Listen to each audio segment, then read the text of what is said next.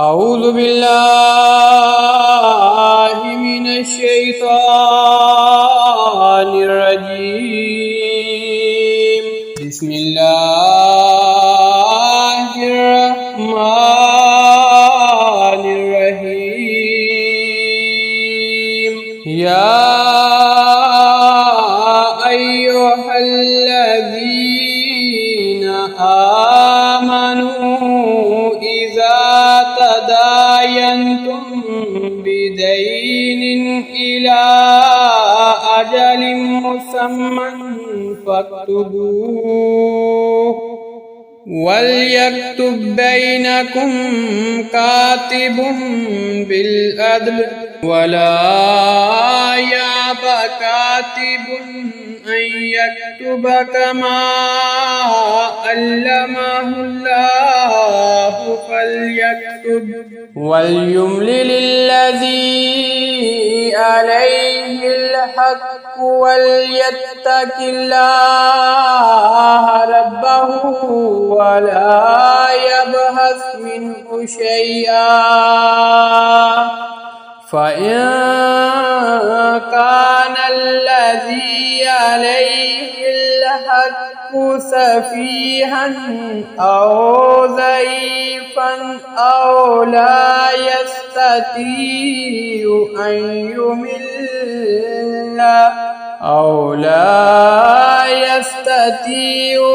يمل هو فليملل وليه بالعدل واستشهدوا شهيدين من رجالكم فإن لم يكونا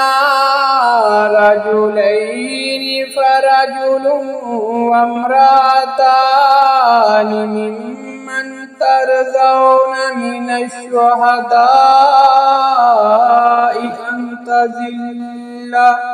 أن تذل إحداهما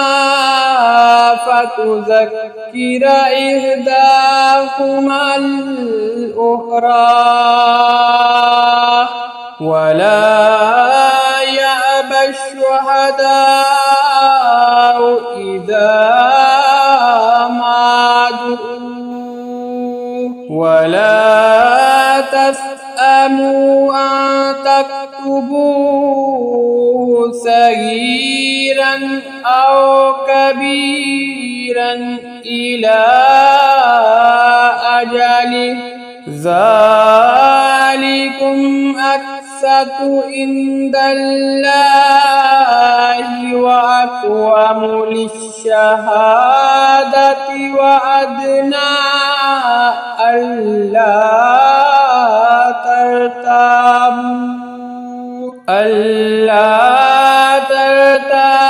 ترتابوا إلا أن تكون تجارة حاضرة تديرونها بينكم فليس عليكم جناح ألا تكتبوها وأشهدوا إذا تبايعتم ولا يضار كاتب ولا شهيد وإن تفعلوا فإنه فسوق بكم واتقوا الله ويعلمكم الله والله بكل شيء عليم. وإن كنتم على سفر ولم تجدوا كاتبا فرهان